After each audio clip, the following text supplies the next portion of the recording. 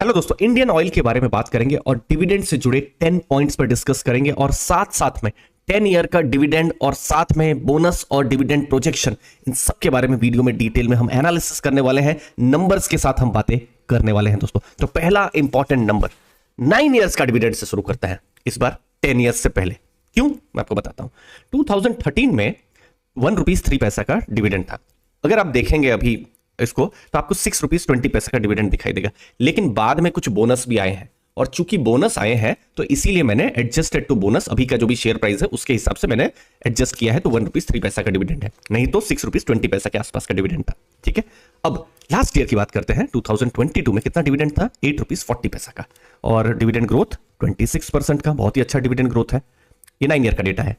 10 year का data मतलब अब 2013 था, 2023 का डेटा में हम आ जाते हैं, तो आप देखिए डिविडेंड ग्रोथ 11% हो जाता है। कहां 26% था और उससे घटकर 11% हो जाता है। 2013 में तो ठीक है ₹1.03 का डिविडेंड एडजस्टेड टू बोनस, लेकिन 2023 में जो डिविडेंड है वो घट के ₹3 हो जाता है। अब इससे क्या पता चल रहा है कि जो प्रॉफिट्स है थोड़ा वोलाटाइल है, और उसके कारण से जो डिविडेंड जो है कंपनी का वो भी वोलाटाइल हो जा रहा है। अब वोलाटाइल क्यों हो जा रहा है? क्योंकि बिजनेस बहुत डिपेंड करता है मैक्रोस के ऊपर कि क्या ऑयल का प्राइस चल रहा है। अब 2022-23 में क्या हुआ था, एक बड़ा चैलेंज आ गया था। यूक्रेन जो रशिया लड़ाई हुई थी तो क्रूड के प्राइस बहुत बढ़ गए थे, तो जो मार्केटिंग जो है, अब मार्केटिंग मतलब क्या कि जो ऑयल है, पेट्रोल डीजल जो बेचा जाता है, वहां पर वो लॉस कर रहे थे। तो इसीलिए इंडियन ऑयल, बीपीसीएल, एचपीसीएल को ऐसा ही टफ टाइम देखने को मिला था। अगर यही वीडियो में लास्ट ईयर सोच लीजिए दिसंबर 2022 में बना रहा होता तो मैं आपको यही बता रहा होता कि अभी तो कंपनी लॉस में है। ये बिजनेस का नेचर ही है। ओके, अब ये एक इंपॉर्टेंट चीज है कि यहां पर परफॉर्मेंस बहुत ऑयल प्राइस पर डिपेंड करेगा, उसकी वोलेटिलिटी पर डिपेंड करेगा। ओके, नेक्स्ट डेटा पर आते हैं। शेयर प्राइस का क्या रिटर्न है?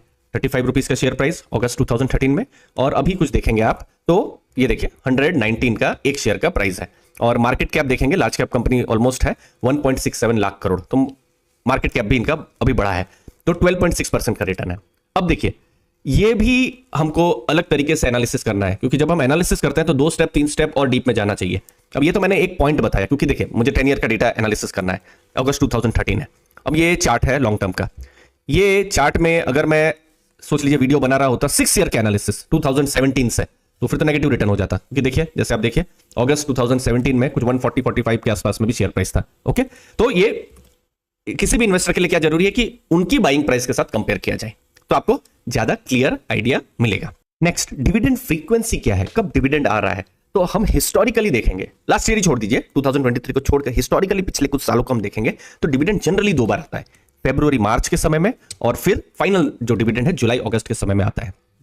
अब इस साल अभी दिसंबर महीने में मैं वीडियो बना रहा हूं, नवंबर के महीने में ही एक डिविडेंड आ चुका है ₹5 का, तो एक तरीके से उन्होंने अपना जो हिस्टोरिकल जो चीज है उसको तोड़ा है।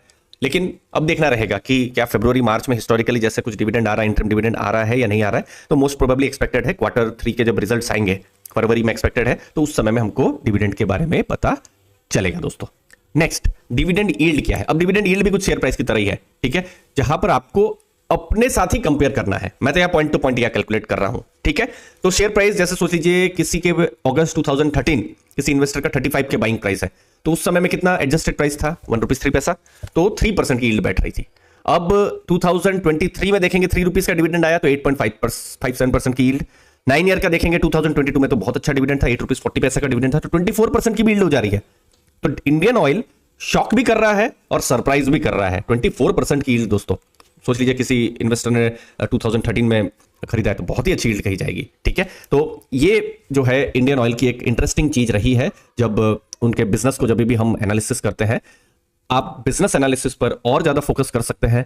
हम केस स्टडीज लाते हैं डिविडेंड से रिलेटेड, और इनफैक्ट म्यूचुअल फंड के लेटेस्ट क्या उनकी बाइंग है, इन सब से रिलेटेड हमारा जो लर्निंग ग्रुप है, टेलीग्राम ग्रुप, वहां कंटेंट शेयर करते हैं। प्योर लर्निंग ग्रुप है, डिस्क्रिप्शन बॉक्स में मैंने लिंक को दिया हुआ है। इस बिजनेस एनालिसिस, म्यूचुअल फंड और डिविडेंड से रिलेटेड डिटेल्स के लिए आप चेक कर सकते हैं। 3700 से बड़ी की कम्युनिटी है। अब नेक्स्ट, बोनस आ रहा है कि नहीं? तो देखिए अगर ये लास्ट 10 ईयर्स में देखेंगे तो 3 बार बोनस आया है। 2016 में 1:1, 18 में 1:1, और लास्ट ईयर ही 1:2 के रेशियो में। तो डिविडेंड पे आउट रेशियो क्या है? तो देखिए 2013 के समय में आप देखेंगे कुछ 30% का पे आउट था, और 2023 में अब देखेंगे तो 50% का पे आउट। पे आउट क्या होता है कि कंपनी जो प्रॉफिट कर रही है उसमें से कितना परसेंटेज वो अपने शेयर होल्डर्स के साथ शेयर कर रही है, मतलब 100 में 50 रुपीज डिविडेंड, और फिर बाकी का जो 50 रुपीज होगा उसका फिर अपने बिजनेस के ग्रोथ के लिए या फिर रीपेमेंट के लिए कुछ अलग अलग यूज के लिए कंपनी यूज कर सकती है। ठीक है, तो dividend pay out ratio increase हुआ है। कॉम्पिटिटर्स को देख लेते हैं। कॉम्पिटिटर कौन है? भारत पेट्रोलियम और हिंदुस्तान पेट्रोलियम। तो दोनों का जब हम देख रहे थे तो हमको बहुत वोलेटिलिटी देखने को मिली थी। तो रेंज दोनों ही के केस में 30 to 50% हमको देखने को मिला है। तो बहुत रिसेंट में हम टारगेट करेंगे कि इनको भी हम लोग डिटेल में फोकस में इनका भी एनालिसिस करें, और कोई दूसरी भी कंपनी आप चाहते हैं तो मुझे जो कमेंट सेक्शन है मुझे बताइएगा, मैं उन पर भी डिविडेंड एनालिसिस कर दूंगा। नेक्स्ट है, क्या डिविडेंड में कंसिस्टेंसी है कि नहीं? तो ये बात बहुत अच्छी है इंडियन ऑयल के केस में कि डिविडेंड में कंसिस्टेंसी है। हर साल उनका प्रॉफिट्स है तो हर साल उन्होंने डिविडेंड को भी डिक्लेयर किया है, जो कि बहुत अच्छी बात है। लास्ट ईयर बहुत टफ था। इनफैक्ट अगर आप लास्ट ईयर ये दिसंबर महीना में भी अगर आप पूछते कि क्या डिविडेंड आएगा, तो मेरा शायद जवाब होता कि नहीं, डिविडेंड बहुत मुश्किल है, कंपनी लॉस में थी। लेकिन फिर उन्होंने जो है जनवरी टू मार्च बहुत अच्छा प्रॉफिट किया था, और प्रॉफिट किया और उसके बाद उन्होंने डिविडेंड भी दिया। 3 रुपीज का डिविडेंड ऐसे सुनने में कम लग सकता है, लेकिन कंपनी ने डिविडेंड अच्छा पे किया था क्योंकि बहुत ही खराब माहौल थे। 2 क्वार्टर ऑलमोस्ट वो लॉस में थे। ठीक है, तो इसीलिए कंसिस्टेंसी है, लेकिन डिविडेंड में वोलेटिलिटी है। अब ये इसको मतलब क्या है कि लेट्स से मैं यहां पर 1 लाख इन्वेस्ट करता हूं हाइपोथेटिकली, ठीक है, और मैं ऐसा सोचूं कि ठीक है मुझे हर साल 10,000 का डिविडेंड मिलेगा, तो गलत सोच है। ठीक है, यहां पर किसी साल मुझे 15,000 भी डिविडेंड मिल सकता है, किसी साल मुझे 3,000 भी डिविडेंड मिल सकता है। वोलेटिलिटी। अभी कुछ दिनों पहले मैंने आईटीसी पर डिविडेंड पर वीडियो बनाया था, तो हमने देखा था कि स्टेडीली वो उनका जो बिजनेस है, एफएमसीजी का जो बिजनेस है, धीरे धीरे ग्रो कर रहा है, डिविडेंड भी धीरे धीरे करके ग्रो कर रहा है। लेकिन यहां वोलेटिलिटी आपको देखने को मिल सकती है। ठीक है, और 2023 अभी का जो साल है बहुत ही बढ़िया साल है। एक हम लोग को सबसे पहले तो एक प्रोजेक्शन कर रहे हैं, तो हम लोग के कुछ एस्टिमेट लेने पड़ेंगे। ठीक है, तो एस्टिमेशन में मैंने एक एस्टिमेशन ऐसा लिया है कि 50% का पे आउट रेशियो अगर होता है तो ओके। और 6 महीने का हम लोगों के पास डेटा आया है अप्रैल टू सितंबर, तो उनका ईपीएस है 18.9। ईपीएस आप कहां से बाहर कर सकते हैं वो भी मैं आपको समझा देता हूं। ये देखिए, ये क्वार्टरली रिजल्ट आए हैं, ये देखिए, ये जून और सितंबर के, यहाँ जो है स्क्रीनर में। तो इनफैक्ट मैं स्टैंड अलोन कर देता हूं। ठीक है, हाँ स्टैंड अलोन बेटर रहेगा।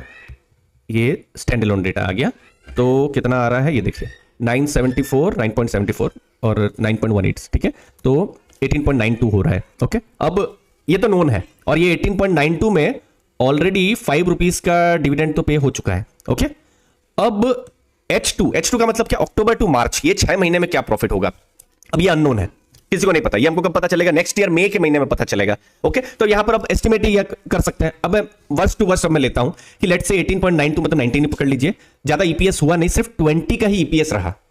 मतलब सोच लीजिए नेक्स्ट 6 महीने कुछ प्रॉफिट किया ही नहीं, ऑलमोस्ट ना के बराबर। तो 20 का अगर ईपीएस रहता है और 50% का पे आउट, तो 10 रुपीज का डिविडेंड फाइनल हो सकता है। तो 5 रुपीज अभी हो चुका है, तो और 5 रुपीज बढ़ सकता है। ओके, फिर नेक्स्ट केस है ईपीएस 25 होता है तो 12 रुपीज 50 पैसा, और बहुत ही अच्छे क्वार्टर 3 क्वार्टर 4 के रिजल्ट आ जाते हैं। ये 19 रुपीज यहां पर हो गए, और फिर सोच लीजिए और 11 रुपीज का ईपीएस हो जाता है। तो 30 का अगर ईपीएस हो जाता है और 50% का पे आउट होता है, तो 15 रुपीज का डिविडेंड। अगेन पे आउट अब बोर्ड ऑफ डायरेक्टर्स और फिर जो मैक्रो क्या सिचुएशन है उनके ऊपर डिपेंड करेंगे। तो लेट्स से मैं 40 to 50% भी अगर पे आउट लेता हूं, फॉर एग्जांपल अगर 30 का ईपीएस होता है, तो एक 12 से 15 रुपीज का एक रेंज सोचा जा सकता है।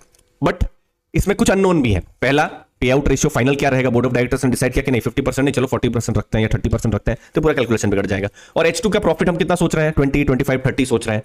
ठीक है, प्रॉफिट उससे ज्यादा आ गया तो हो सकता है ज्यादा डिविडेंड आ जाए, या फिर इनफैक्ट अगर क्रूड के प्राइस देखिए, मैं देखता हूं हर दिन कुछ ऊपर नीचे होता है। अगर नीचे गिर गए तो ठीक है, लेकिन अगर फिर से ऊपर बढ़ जाते हैं तो फिर तो पूरा ये कैलकुलेशन हिल जाएगा।